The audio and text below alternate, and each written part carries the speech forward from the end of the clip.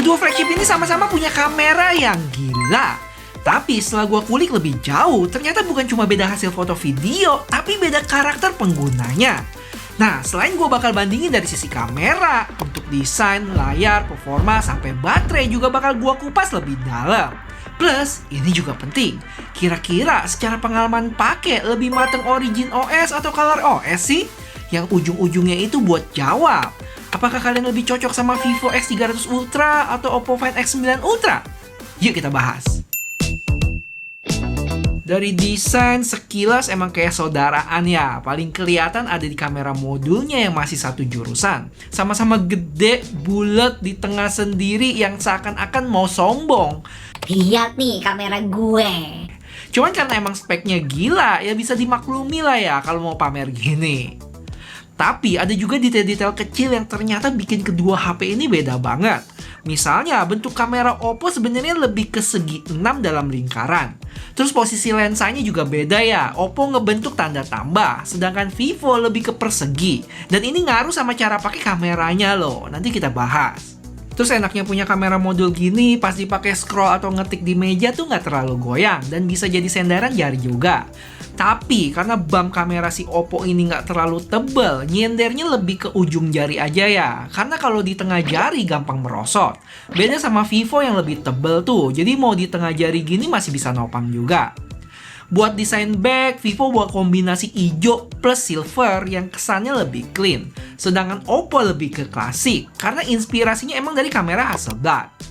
Terus ada dua detail kecil dari Oppo yang Vivo nggak punya nih, yaitu tombol snap key sebagai shortcut sama quick button yang biasanya dipakai buat kamera.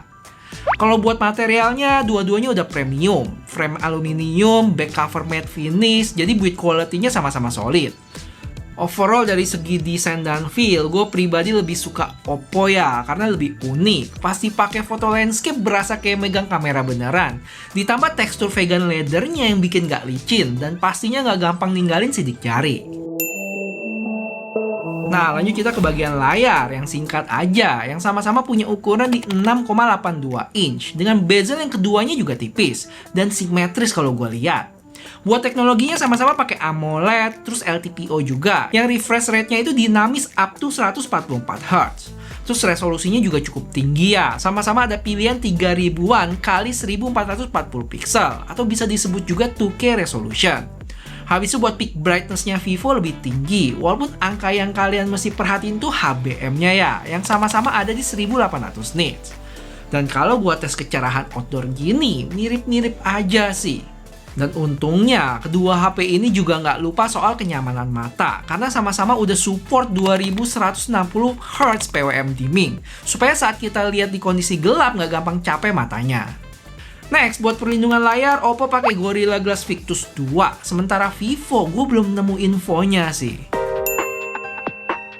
Oke, kalau ngomongin performa, kedua HP ini udah pasti ngebut lah ya, sama-sama pakai Snapdragon 8 Elite Gen 5. Tapi buat yang kepo antutunya, secara skor Oppo lebih tinggi, terpaut 130 ribuan poin. Cuman yang menarik, secara baterai Vivo masih kebaca di 100%, sedangkan Oppo udah berkurang 4%. Tapi bukan artinya Vivo nggak makan baterai sama sekali ya, bisa jadi penurunannya belum kebaca. Kita pantau lagi nanti. Makanya, karena penasaran, gue lanjut beberapa tes lagi, sekalian kita pantau di akhir nanti sisa berapa baterainya. Lanjut ke 3D Max Stress Test yang kurang lebih mensimulasi beban berat kayak gaming selama 20 menit. Untuk hasilnya kelihatan skor Oppo lebih tinggi, tapi untuk kestabilan performa Vivo lebih baik. Cuma yang bikin gue salfok di baterai sih, karena udah mulai mirip-mirip nih angkanya. 88 di Vivo yang artinya berkurang 12%, dan 87 di Oppo yang berkurang 9% dari tes sebelumnya. Dan karena mulai stabil baterainya, dan biar lebih yakin, gue tes sekali lagi si 3D Mark ini. Yang hasilnya secara base loop hampir mirip, tapi dengan stabilisasi Oppo lebih baik. Untuk baterai kali ini Oppo mulai kelihatan awet ya, lebih baik 1% dibanding Vivo. Dan lanjut kita ke tes yang lebih manusiawi, yaitu recording video dengan resolusi 4K 30fps. Dan setelah sejam, gue cek suhunya cukup tinggi di Vivo di 46,6 derajat, sedangkan Oppo 43,4. Dua-duanya berasa panas, tapi Oppo jelas lebih adem. Dan ini berbanding lurus dengan konsumsi dayanya ya, yang lebih tinggi di Vivo, sampai berkurang 20% selama sejam tadi. Sedangkan Oppo berkurang 14% aja. Apakah artinya video Vivo lebih baik dari Oppo karena prosesinya mungkin lebih agresif? Nanti kita buktiin di bagian kamera. Dan karena masih penasaran, gua tes lagi terakhir yang enteng-enteng aja, yaitu nonton YouTube selama sejam. Dan selisihnya tipis aja ya, beda 1%. Jadi total dari rangkaian tes ini, Vivo sisa di 51%, sedangkan Oppo 59%. Oh ya, karena kapasitas baterainya beda, gue cantumin juga pengurangan dalam mAh. Pengurangan terbesar saat recording video tadi. Tapi kalau buat aktivitas ringan, selisihnya nggak terlalu jauh. Semoga dari data ini ada sedikit gambaran untuk daya tahan baterai kedua HP ini ya guys. Dan tenang, masih ada topik yang lebih menarik lagi, yaitu kamera dan software. Tapi sebelumnya, kalau kalian suka sama format video duel kayak gini, jangan lupa kasih tahu gue dengan like video ini ya. Thank you. Nah, kita mulai dari ultrawide dulu. Yang terlihat hasil foto di Vivo emang lebih cerah. Area gelapnya bisa lebih diangkat. Jadi secara detail lebih banyak yang ditangkap. Sedangkan Oppo cenderung lebih gelap tuh. Sementara video agak kebalikan. Oppo dibikin lebih cerah, tapi secara detail nggak sebaik Vivo. Bisa dilihat batang pohonnya ini, dan dalam mengekspos langit juga lebih jelas Vivo ya, yang overall lebih balance. Dan ini baru daylight. Low light nanti lebih kelihatan bedanya. Cuman, kalau ngomongin zoom-zooman, Oppo lebih unggul. Untuk 10 kalinya sih kalau dilihat sekilas masih terbilang mirip. Tapi kalau dicek lebih detail, gambar di Vivo mulai berasa hasil pemrosesannya. Misalnya, tulisan Mr. Coconutnya itu dibikin lebih mencolok secara warna dan terang. Bukan sesuatu yang jelek juga ya, balik lagi ke selera. Cuman kalau udah masuk ke 20 kali, pemrosesan di Vivo makin kelihatan lagi. Kayak bercak-bercak tembok kotor di Oppo masih kelihatan tuh. Terus garis-garis ini masih kelihatan natural dibanding Vivo yang udah ditebelin. Pagar sama rerumputan ini pun terlalu ditajemin di Vivo ya, atau nama kerennya oversharpen. Terus buat 30 kalinya makin kelihatan lagi sih. Dan di beberapa foto cenderung lebih pucat. Kalau buat video pun makin kelihatan ya. Gambar di Vivo mulai buram, sedangkan Oppo masih cukup baik. Dan buat perpindahan lensa bisa dibilang Vivo sedikit lebih mulus. Karena mungkin Oppo juga ngelewatin 4 lensa sekaligus.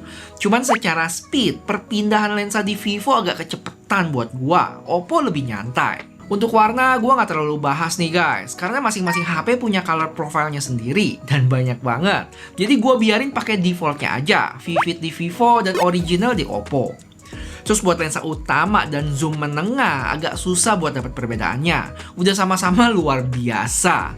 Paling yang ngebedain adalah focal length, terutama di Vivo yang butuh dibiasain awal-awal tuh. Karena 35mm lensa utamanya cukup ngezoom banget dibanding Oppo. Jadi biar ada gambaran, kalian bisa lihat nih jarak gua sama bocil. Dan ini yang kalian lihat di HP. Nggak cuma lensa wide, tapi telefotonya punya zoom yang beda ya. 3,7 di Vivo dan 3 kali di Oppo. Oh ya, kalau ngomongin foto doang, karakter fotonya Vivo itu kayak lebih diputihin. Lebih ke artis-artis Korea gua berasa. Sedangkan Oppo lebih natural. Kulit kecoklatan si bocil masih berasa dikit. Dan lagi-lagi ini masalah preferensi aja. Terakhir sebelum kita ke low light yang bakal makin seru tentunya, ada satu lagi yang kalian mesti tahu. Jadi saat rekam ultra wide, karena posisi lensanya Oppo ada di bawah banget, cukup sering pasti pakai ngevlog gini, tangan kita bakal ikut masuk ya. Jadi mesti sedikit digeser guys biar nggak nutupin. Lanjut buat low light, perbedaan kecil yang kita lihat di daylight tadi bakal lebih berasa. Misalnya foto ultrawide yang lebih cerah di Vivo. Dan gak cuma cerah, tapi detailnya juga masih dapat. Sedangkan Oppo gambarnya lebih redup dan mulai terlihat soft. Untuk video juga nih, jitter di Vivo terlihat minim banget. Di Oppo lumayan terasa. Terus gak cuma itu, dalam menghandle cahaya juga Vivo lebih baik ya. Gambarnya masih tajam juga, beda dengan Oppo. Cuman lagi-lagi kalau ngomongin telefoto, detail Oppo lebih dapet. Bisa kelihatan detail kotoran di atas ini. Habis itu untuk foto ini, jalanannya juga lebih jelas. Sedangkan Vivo udah cenderung dihalusin sama AI. Buat video juga di Vivo mulai kelihatan pucet ya. Oppo masih cukup baik karena secara sensor juga gede. Cuman kalau buat jitter sama-sama berasa di kedua HP ini. Perbedaan kualitasnya makin kelihatan saat di 10 kali, Vivo udah mulai ngeblur. Tapi saat kita gerak, di Oppo berasa banget jitternya, karena dia pakai lensa telefoto 10 kali yang nggak ada OIS. Jadi kalau mau pakai lensa ini, jangan sambil gerak. Oh ya, sampai kelupaan, untuk selfie hampir mirip ya, sama-sama lemah buat kondisi low light ini. Tapi secara skin tone, gue berasa di Oppo lebih akurat sih, Vivo agak kekuningan. Cuma ini buat low light ya, daylightnya sih sama-sama cakep, dengan jarak pandang yang sedikit lebih luas di Oppo. Intinya, kalau gue bikin simple, buat foto video normal di maksimal zoom 10 kali, kedua HP ini udah punya kamera yang gila banget, di atas rata-rata HP flagship lainnya. Cuman yang ngebedain itu kalau ngomongin teknis, untuk ultra wide Vivo juaranya dengan sensor berukuran gede. Sedangkan Oppo kalau udah berurusan sama zoom jarak jauh, dia juara karena punya telefoto 3 kali bersensor gede plus tambahan lensa telefoto 10 kali.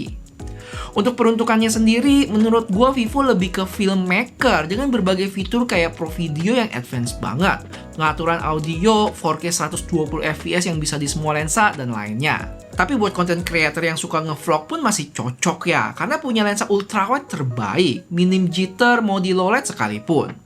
Sedangkan Oppo lebih cocok buat kalian yang sering motret di berbagai kondisi, mulai dari landscape, portrait, sampai objek jauh yang nggak mungkin kita deketin.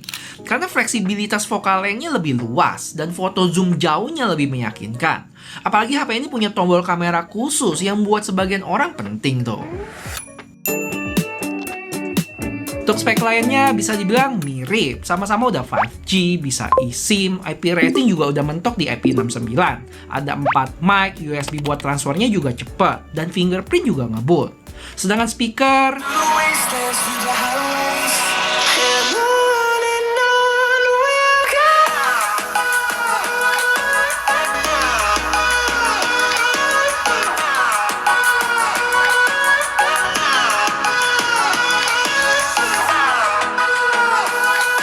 paling yang ngebedain tuh dari sisi software, Origin OS 6 versus Color OS 16. Mana yang lebih matang? Ini sih subjektif ya, tapi buat gua Color OS 16.